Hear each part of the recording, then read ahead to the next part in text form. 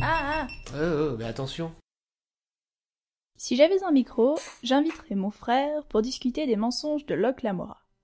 C'est un bouquin qu'il m'a prêté, que j'ai trouvé intriguant et passionnant à la fois. Un univers tout à fait particulier, très riche. Quand on commence à le lire, on pense pas qu'il y a autant de détails et autant de... d'aspects différents à la fois dans un même personnage et dans un même univers. Et j'ai trouvé ça très intéressant. Comment je te l'ai vendu, ça a été de dire que on s'attendait absolument pas à ce que faisait Locke Lamora dans le livre, et que c'était pas le type de bouquin où on parle de combat, où on parle où tout se résout par la force, ou par la force des choses, ou par le hasard, ou par le destin. On voit vraiment que Locke Lamora et les salauds gentilshommes sont des génies de l'arnaque. À chaque fois, ils trouvent un échappatoire qui est juste génial, et qui va jusqu'à berner le lecteur, alors que partout dans le livre sont disséminés des indices, des points qui te montrent que ça aurait pu se passer comme ça, et que on aurait tout à fait pu imaginer, nous-mêmes, lecteurs, comment Locke fait ce qu'il fait. Et là-dessus, en fait, je trouve que c'est vachement intelligent, parce que c'est une part qu'on retrouve aussi dans les livres de Game of Thrones et dans l'histoire de Game of Thrones, c'est-à-dire que tout au long de l'histoire de Game of Thrones, il y a les parties des combats et de la stratégie, et un petit peu tout ce qui est un peu brutal et ce dont on a l'habitude de voir dans les histoires, mais il y a aussi toutes les intrigues qui sont en fond, donc notamment par exemple l'intrigue des noces pourpres, on va pas trop spoiler là-dessus, mais où on voit Tywin préparer la chose, on voit qu'il envoie une lettre à quelqu'un de particulier, il envoie comique en permanence avec des lettres, et ça nous avance, c'est un élément qui, après les noces pourpres, on se dit, oui, voilà, Tywin préparait ça à ce moment-là, et on l'a vu, et on aurait pu penser qu'il allait faire ça. Ouais, en fait, c'est quelque chose qui nécessite une deuxième lecture ou une deuxième vision. Et visionnage. même un instant des réflexions, en fait. Et c'est vachement agréable, comme truc. Je me souviens surtout que tu m'avais décrit le prêtre qui accueille Lamora. Et rien que ce qu'il fait, ça j'ai trouvé ça... Voilà. Alors le père Chains. Voilà, c'est ça. Alors le père Chains, il est génial, parce que le père Chains, c'est un prêtre, c'est un père, hein, mais il est ancien voleur. Il est toujours voleur. Il est toujours voleur, mais ouais. il est ancien voleur grand cambrioleur, en fait. Voilà, c'est ça. Donc voleur de haut vol, de Camor, donc de la ville où tout ça prend place, et grand ami du Kappa... Barsavi. Barsavi ? Ouais, je crois. Barsovie, non, il n'y a pas un O ? Non, je crois que c'est que des A. Enfin bon. Donc du Kappa de la ville, qui est donc le chef en fait de la mafia de la ville. Et il est prêtre, mais il se fait passer pour un prêtre d'un autre ordre. C'est-à-dire qu'il y a 12 dieux dans le panthéon de ce monde-là, et qui dirige Camor, en fait, le panthéon principal de Camor. Et parmi ces 12 dieux, il y a... Ah oui, Barsavi, oui. Et parmi ces 12 dieux, il y a Perelando. Oui. Perelandro. Perelandro, qui est un dieu mendiant. Et donc, les prêtres de Perelandro, quand ils font leurs offices toute la journée, ils sont devant leur temple, et ils prêchent, et ils mendient, forcément, vu que leur prêtre est mendiant. Et le père Chains, en fait, il se fait passer pour un aveugle, et qui s'est fait... Il est enchaîné à son monastère aussi. À son temple, ouais. Et toute la journée, il est donc avec ses chaînes devant le temple. Et il a même monté toute une arnaque autour du fait qu'il est aveugle. Il s'est fait soi-disant fait retirer les yeux par des maîtres kinés, donc les médecins du monde, devant public. Donc il a monté toute une arnaque là-dessus, ce qu'on nous évoque rapidement. Hein. Et il s'est du coup passé pendant des années pour le prêtre de Perelandro, et c'est son arnaque, c'est-à-dire qu'il en vit tous les jours, et il vit des offrandes qu'on fait, qu'il était censé déverser au temple, et à la place, avec les offrandes qu'on lui fait, il entretient une vie luxueuse de faste et géniale, quoi. Oui, ça lui permet d'acheter différents costumes, différents accessoires que les salauds gentilshommes utilisent ensuite pour conduire leur arnaque. Et alors, ce qui est en fait sympa, c'est que il est prêtre en réalité du 13e dieu, qui est une croyance des voleurs, qu'il existe un 13e dieu, qui est le dieu des voleurs, le dieu des prétextes, comment il dit, le père des prétextes nécessaires, et, voilà, c'est ça. Voilà, et le dieu de la chance, ou quelque chose dans le genre. Et donc du coup, qui est le petit frère des 12 dieux, qu'ils acceptent il accepte du coup que un prêtre du 13e, il l'appelle, parce qu'il est nommé, du 13e, squatte un temple d'un des grands dieux, sans qu'il se fasse... parce qu'il y a quand même une présence forte des dieux, donc on suppose qu'il subirait la colère divine, en fait, si jamais il faisait ça, en réalité. Alors que non, au final, non. Et c'est ce qui permet aussi de développer tout un monde à part, en fait. Ce 13e dieu, c'est vraiment comme une deuxième société, en fait. Il y a le village, enfin la ville elle-même, avec les gens, si on veut, normaux, qui ne sont pas au courant de toutes ces pratiques un peu étranges, et qui vivent leur vie avec les 12 dieux, tout ça. Et puis il y a ceux qui respectent le 13e dieu, qui sont vraiment une société à part, avec le Kappa, donc celui qui dirige cette société, et qui récolte un tribut toutes les semaines sur ce que les voleurs, les garistas. C'est ça, bandes, mais en fait. Comment on peut les appeler Ce sont des bandes, en fait. Oui, mais c'est ceux qui respectent le 13e dieu, quoi. Les fidèles. Voilà, c'est ça. Sur ce qu'ils récoltent, et c'est à la fois connu sans être connu, c'est-à-dire que même les tout-puissants de la ville savent que cette sous-société, en gros, existe, et que tous les voleurs ont un visage caché, mais... Même s'ils le savent, ils ne font rien parce que c'est ce qui permet à la société, à la ville elle-même, de rester en vie en quelque sorte. Parce que s'ils essayent de faire quelque chose contre les voleurs, après ça part en cacahuète, quoi. C'est le principe de la paix secrète, c'est-à-dire qu'il y a aussi l'instauration de la paix secrète dont il parle dans le livre, qui est un arrangement entre Barsavi et ses hommes, donc le Kappa et toutes les bandes qui sont sous sa férule, et le duc Nicovante de la ville, donc qui est le duc, ou Nicovante. Moi j'ai toujours mis un « et » à la fin. Ouais, à l'italienne. Voilà. Donc Nicovante de la ville, qui est le duc qui dirige la ville, et les services du duc, donc l'unité minuit principalement, qui sont les services secrets du duc. Donc un arrangement entre le Kappa et le duc, pour que tous les voleurs ne volent pas les nobles, voilà, et les vestes jaunes qui sont les policiers, quoi. Oui, c'est les gardes de la ville, en fait, les vestes jaunes. Et donc il y a cet arrangement entre les deux, parce que au moment où le duc, où le Kappa prend le pouvoir, en fait, le Kappa arrive, est un étranger de Camor, il n'est pas camorien, il vient d'autre part, qui disent du Collegium Terrain. Oui, c'est ça, et en fait il a pris possession de la ville. Et avant, il y avait plusieurs Kappas, c'est ça? Oui, avant, il y avait une trentaine de Kappas avec chacun une quinzaine de bandes sous leur ordre. Voilà, c'est ça. Et il a tout réuni, en fait. Voilà, et au final, il a battu Kappa sur Kappa. À chaque fois qu'il battait un Kappa, il récupérait les bandes. Et il a fini par être dominant par rapport à tous les autres Kappas. Et ce qui fait qu'en fait, partant du statut où, quand il y avait plein de Kappas, et du coup plein de camps qui moncelaient la ville, en plein de morceaux, où c'était une guerre civile permanente, où les vestes jaunes faisaient des massacres toute la journée, toute l'année, à un statut où les voleurs sont légèrement endigués par l'accord de la paix secrète, et où le Kappa contrôle ses ouailles, tu vois, où il n'y a pas une guerre en permanence, où c'est pas le bordel, c'est pas une guerre civile, au final, dans la ville, le duc a choisi, du coup, d'agréer à la paix secrète, et ce qui fait qu'il y a une société qui est plus stable que si jamais il n'y avait pas cet arrangement un peu... qui pourrait sembler un peu fallacieux, c'est-à-dire un peu... C'est pas normal qu'il y ait un arrangement entre le duc et les voleurs, entre l'autorité, pour que les voleurs puissent continuer à voler. Oui, voilà, c'est comme s'il y avait un arrangement entre le président et la mafia, quoi. C'est un peu bizarre. On va éviter de rentrer dans des théories du complot, quand même. Parce que Restons de notre côté du point de vue. Parce que comme dirait Alain Soral, c'est écrit dans tous les ouvrages de référence, moi je sais pas, suffit un petit peu, je fais des études là-dessus, c'est le complot judéo-maçonnique, tout ça. Bon, bref. Ouais, donc dans ce monde...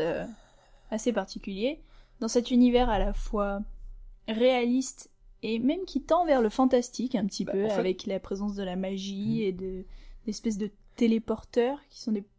Comment ça s'appelle? Les portes de chat? Non, les... Comment ça... Enfin, c'est pas des téléporteurs, mais c'est des... Téléporteurs. Non. Non, mais c'est comment ça Alors, ça s'appelle? s'appelle des Stargate. Et c'est dans Stargate SG1, donc c'est un truc qu'on trouve sous les pyramides. J'étais donc ça. J'étais donc ça depuis le début. Scott Non, mais Lynch, comment tu ça nous as s'appelle menti. Ce qu'ils empruntent pour aller d'un endroit à l'autre.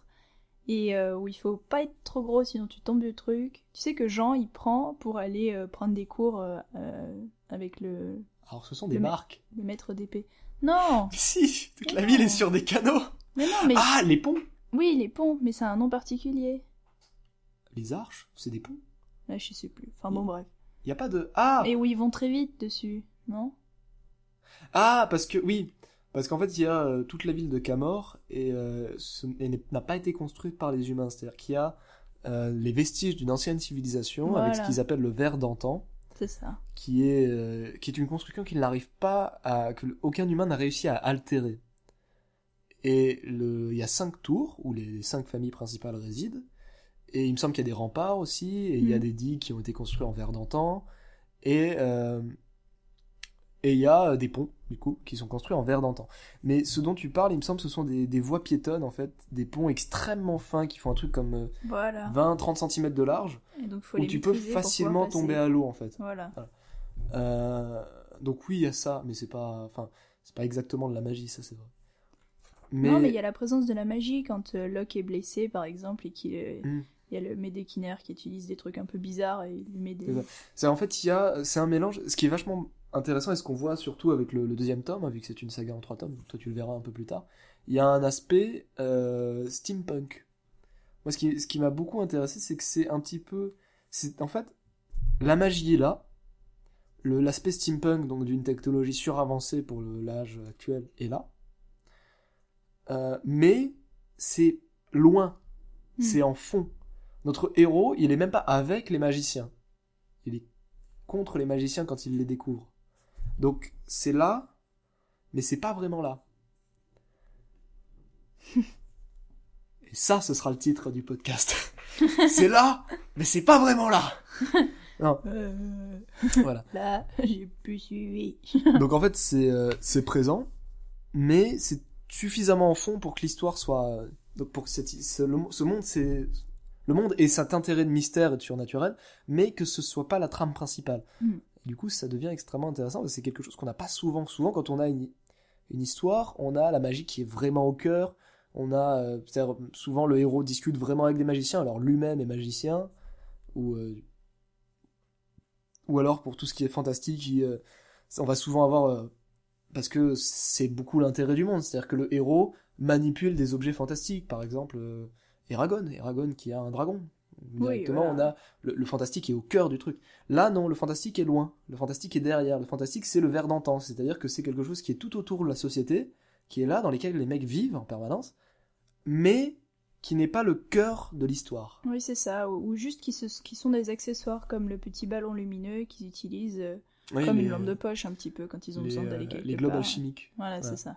Il y a les alchimistes aussi. Alors ça, c'est très drôle, parce que tu as les alchimistes normaux, qui vendent aux nobles et les mages. Et les alchimistes noirs. Ouais. Et les alchimistes noirs, c'est vachement drôle parce que t'as une scène, rien qu'une scène où ils vont à un alchimiste noir, comme c'est vachement de la contrebande, les alchimistes noirs, ils font pas du tout confiance à leurs clients.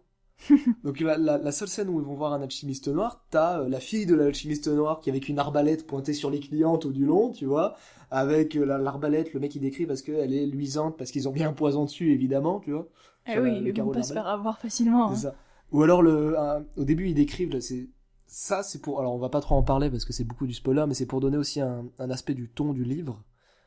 Ils parlent d'une des arnaques qu'ils ont fait et de ce que leur alchimiste noir leur a fourni pour cette arnaque, qui est une bougie qui émet des senteurs comment tu dis, un somnifère, Soporifique. voilà, qui émet un gaz soporifique. Donc ils voulaient endormir un chien avec.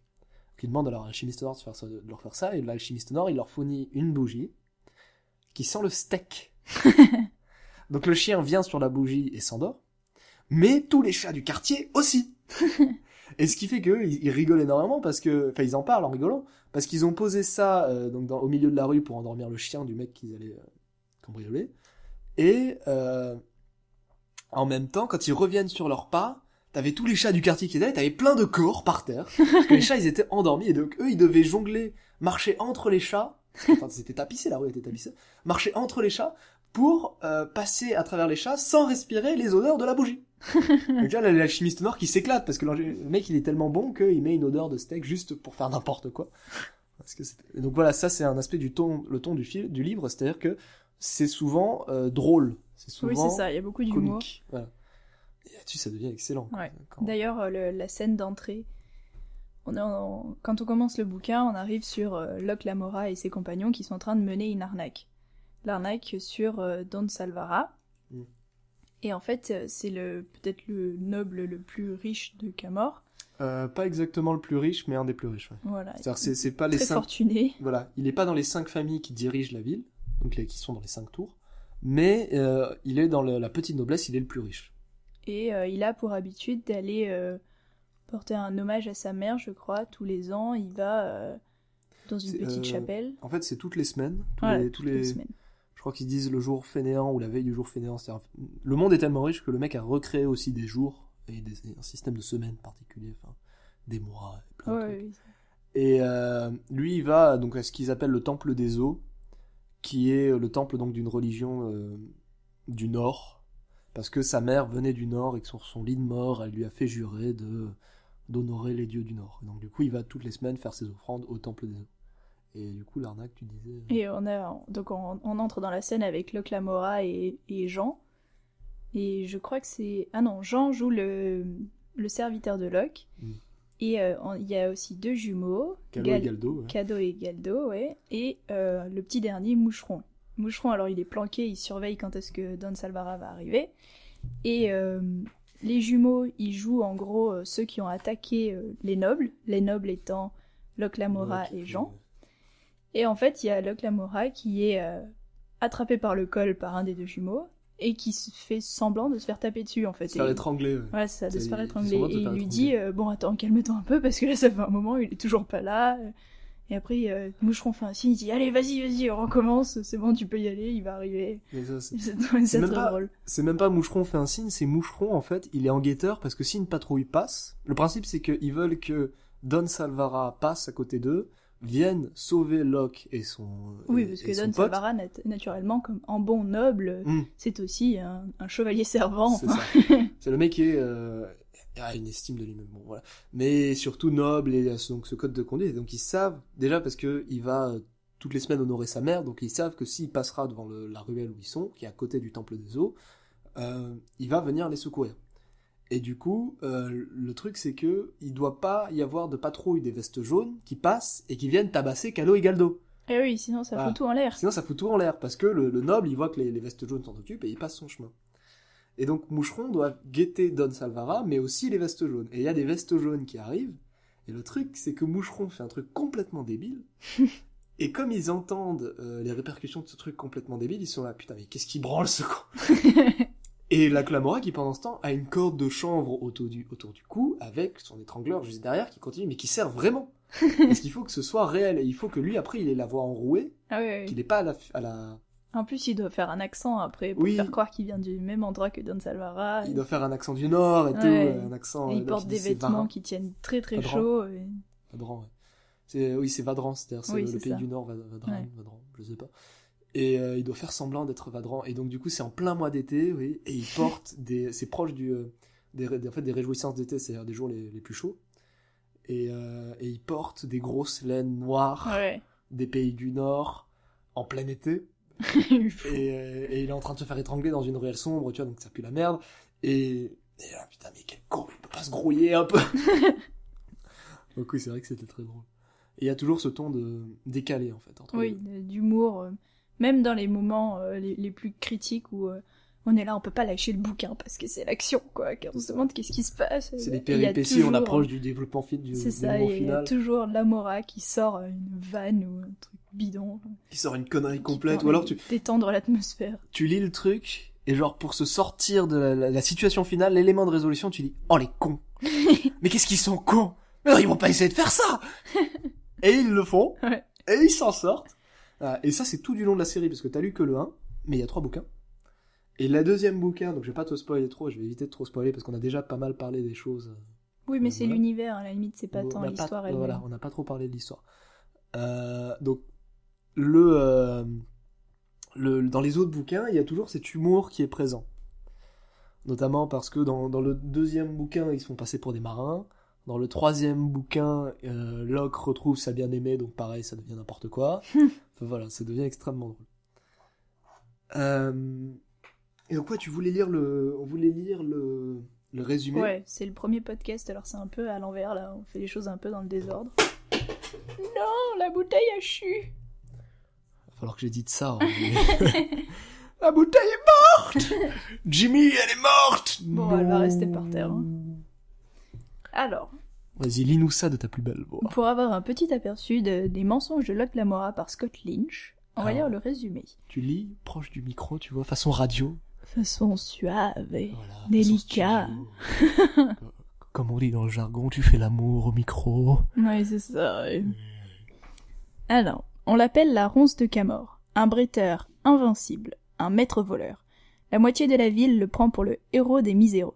L'autre moitié pense qu'il n'est qu'un mythe. Les deux moitiés n'ont pas tort. En effet, de corpulence modeste et sachant à peine manier l'épée, Locke Lamora est, à son grand dame, la fameuse ronce. Les rumeurs sur ses exploits sont en fait des escroqueries de la pire espèce, et lorsque Locke vole aux riches, les pauvres n'en voient pas le moindre sou. En gros, c'est le contraire de Robin des Bois, quoi. Voilà, en fait, il se fait passer. Les gens ont construit la légende de la ronce de Camor parce que les nobles qui l'a arnaqué, donc se sont fait voler en brisant la paix secrète, hein, mais ils en ont pas parlé. Et donc ils ont commencé à répandre l'idée de la ronce de Camor pour dire voilà, il y a un mec qui nous vole et qui file aux pauvres. Parce que évidemment, tu vois, le mec qui nous vole, ça peut pas être un miteux comme les autres. Ça peut pas être, tu vois, un membre, une qui merde. garde pour son profit, quoi. Voilà, une merde de ce qu'ils appellent les gens bien. C'est-à-dire les gens bien, ce sont tous les voleurs de Camor. Toute la pègre de Camor, ils les appellent les gens bien. Et donc ça peut pas être un mec des gens bien, ça peut pas être parce que il peut pas voler aux nobles, sinon tu vois, ça pose problème avec leur niveau social. Et donc du coup, ils ont construit ce mythe de la ronce de Camor qui vole aux riches pour donner aux pauvres. Ouais, c'est ça, donc il garde tous ses gains pour lui et sa bande, les salauds gentilshommes.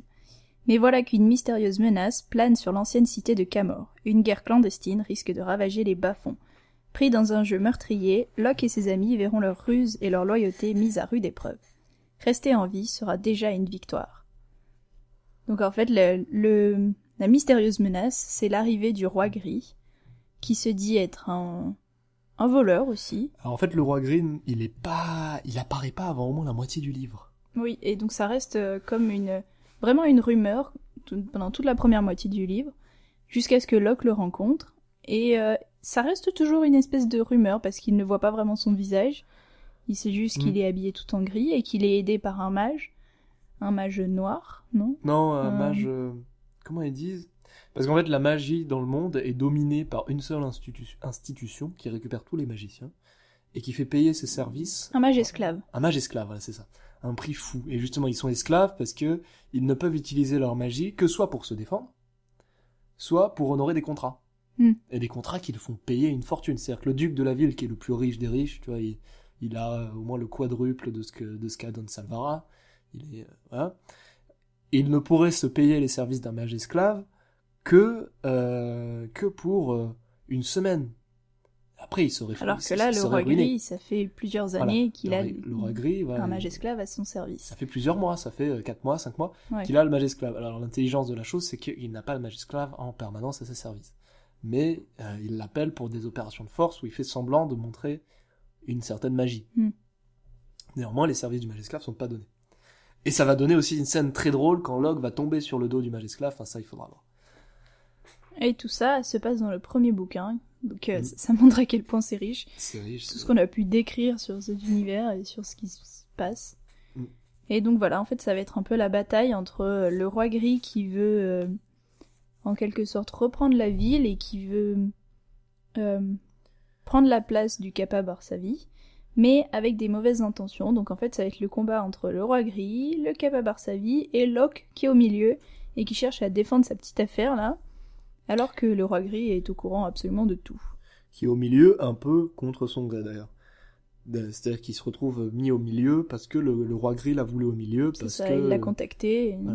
Enfin, contacté d'une manière un peu forte. Parce que pareil, en fait, on est sur beaucoup de jeux d'intrigue et le roi gris veut intriguer avec Locke Lamora en faisant passer Locke Lamora pour quelque chose qu'il n'est pas. Et donc ça devient extrêmement intéressant à partir de là parce que le Locke, il est pris dans quelque chose qu'il ne veut pas et il est censé être du côté du Kappa. Parce c'est un grand pote du Kappa Barsavi.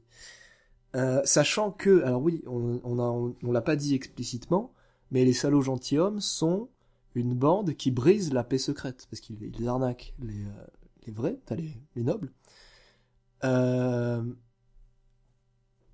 Ils arnaquent les nobles, mais ils n'en sont pas censés en avoir le droit. C'est-à-dire qu'ils volent le noble sans en avoir le droit, ils brisent la paix secrète, et ça pose problème, en fait. Enfin, ça, ils doivent pas le dire au Kappa. Le Kappa, il pense que c'est juste une petite bande d'arnaqueurs la petite semaine, qui font semblant d'être des prêtres, tu vois. Ouais. Le but des salauds gentilshommes, c'est de renverser le Kappa et de...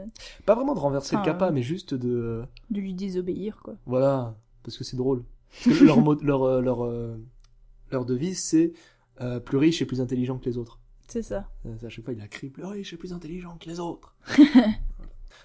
Mais tu parlais de la richesse de l'univers. On peut voir genre la richesse de l'univers. En fait, à la 3e page ou 4e page du livre, il y a une carte avec tout Camor, donc avec les canaux, les îles de Camor, qui est une ville un peu qu'on pourrait comparer à Venise, en quelque sorte, ou à Amsterdam, c'est-à-dire ces villes qui sont remplies de canaux et qui vivent au final sur les canaux. Ouais, ou même à Bruges. Voilà. C'est-à-dire que une ville de ce type-là, et chaque île a un nom.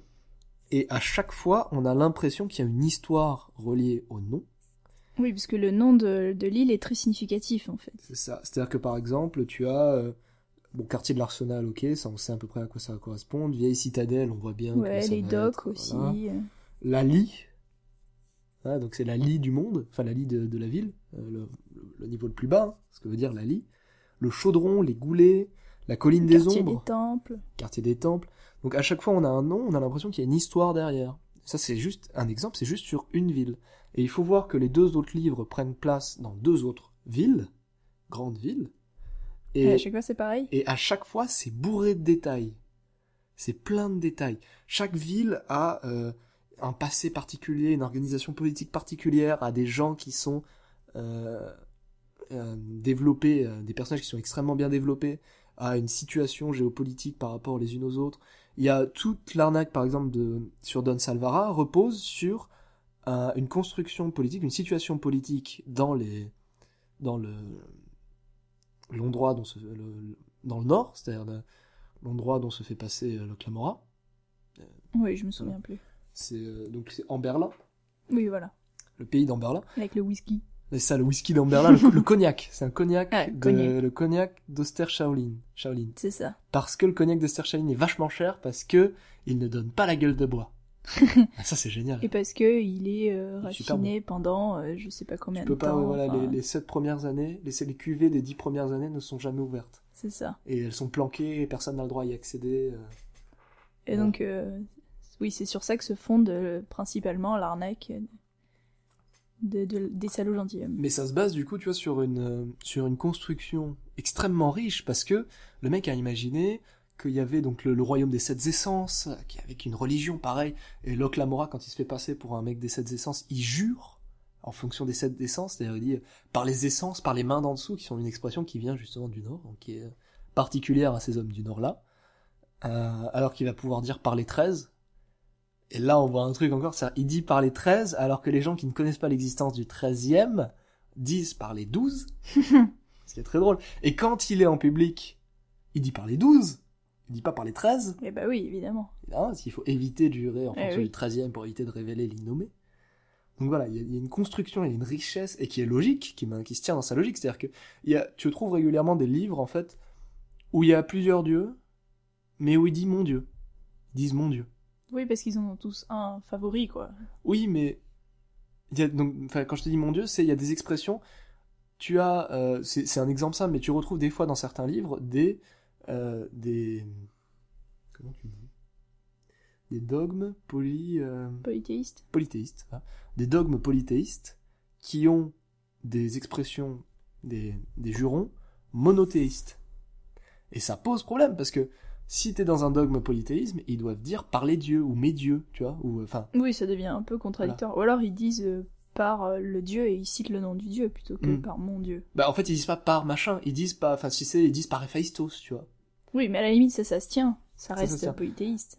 Mais souvent tu te retrouves avec des expressions monothéistes et ça pose problème dans la logique de la narration. Et là c'est pas le cas. C'est-à-dire que tout reste logique du début à la fin.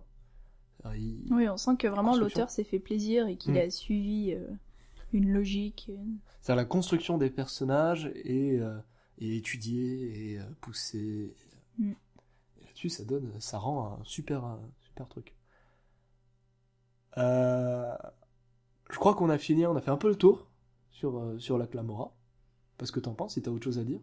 Non, je crois pas. Mis à part que oui, la richesse de l'univers se retrouve en fait dans les personnages eux-mêmes, c'est-à-dire que le père Chains, donc qui recueille les jeunes gamins dont on a parlé, pour en faire les salauds gentilshommes, et en fait veut qu'ils aient une éducation très variée, qu'ils savent faire beaucoup de choses pour pouvoir justement, s'inclure sans être repérés dans ce monde, cet univers varié. Donc l'auteur en fait a reporté tout ce à quoi il avait pensé, toute son imagination dans le père Chains, qui leur apprend les différents langages, les différents dialectes, qui les envoie dans les sanctuaires de chacun des 12 dieux, pour qu'ils puissent apprendre les religions, et pour qu'ils puissent, en cas de besoin, se déguiser et se faire passer pour des prêtres de n'importe quel ordre. Oui, voilà, des prêtres ou des religieux, enfin, voilà. Tout ça, et ils apprennent aussi tous les langages.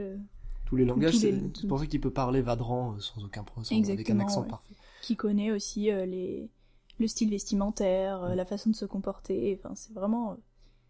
C'est-à-dire que Chains, quand il recueille la Clamora, il va lui dire vas-y, mets la table de façon informelle. Il dit c'est quoi de façon informelle? Il dit c'est comme ça, et il lui montre. Et à chaque fois, par exemple, avant de pouvoir manger, les enfants doivent répondre, parce qu'ils sont encore enfants à l'époque, les enfants doivent faire des opérations, doivent faire des conversions entre les différentes monnaies, doivent faire ou des parler de l'étiquette. Ou des... Oui, voilà. Parler de l'étiquette, c'est-à-dire il parle de... Par exemple, le premier exemple qu'on a, c'est il demande à un des deux jumeaux, Calo Galdo, il est à un repas de tel type, à tel endroit, et comment doit-il se comporter. Donc la dame avec qui tu vas être assis à côté est à côté de toi, qu'est-ce que tu fais? Je vais lui tirer la chaise, mais je vais d'abord attendre qu'elle fasse un geste explicite, parce que c'est mal poli de supputer dans cette région-là. Oui, parce que c'est comme ça que ça se passe, voilà. Donc il faut suivre. Et la phrase qui signifie bien ça, c'est au début du livre, c'est quand même la page 112 sur un truc comme 600. Donc il lui demande vois-tu à la colline des ombres, on peut donc ça c'est Chains qui parle. Vois-tu à la colline des ombres, on peut manger du bacon froid et se découler des tourtes du cul, et ton ancien maître s'en battra l'œil. Mais tu es un salaud gentilhomme à présent, et tout est dans le gentilhomme. Tu vas apprendre à manger et à servir les gens qui mangent comme ça. Pourquoi? Donc ça c'est Locke qui répond. Et donc Chains lui dit « Parce que, Locke Lamora, un jour tu dîneras avec des barons, des comtes et des ducs. Tu dîneras avec des commerçants, des amiraux, des généraux et des dames de toutes sortes. Et quand ça arrivera... » Chains mit 2 doigts sous le menton de Locke et releva la tête du garçon pour que leurs regards se croisent. « Quand ça arrivera, ces pauvres crétins n'auront aucune idée du fait qu'ils partagent leur table avec un voleur. » C'est génial. C'est génial. C'est-à-dire qu'en fait, ils forment des voleurs, le père Chains, non pas pour qu'ils soient voleurs, mais des arnaqueurs. Ils forment des voleurs de haut vol, des voleurs d'un autre niveau par rapport à tous les petits vols à la petite semaine que la paix secrète leur a limité à faire. Donc c'est génial. Et ça, ils le mettent à profit dans tout le livre. Et on n'en a pas parlé, mais en fait, l'histoire se fait avec cette trame de fond de la formation au temple. Oui, c'est intercalé en fait. C'est-à-dire qu'on a, je crois, un chapitre sur 2. Oui, c'est ça. En général, c'est 1 sur 2, sauf sur la fin où on se concentre surtout sur l'histoire sur l'intrigue entre le roi gris et le roi gris, oui, c'est ça, et Locke Lamora. Mais au début, on a à peu près un chapitre sur 2 où c'est un chapitre d'arnaque, un chapitre au temple de Perlandro. D'apprentissage, quoi. D'apprentissage.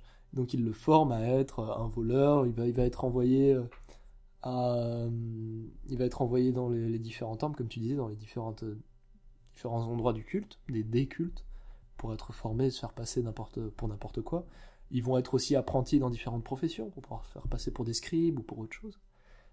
Son ami Jean va apprendre à se battre, alors que Locke va apprendre autre chose.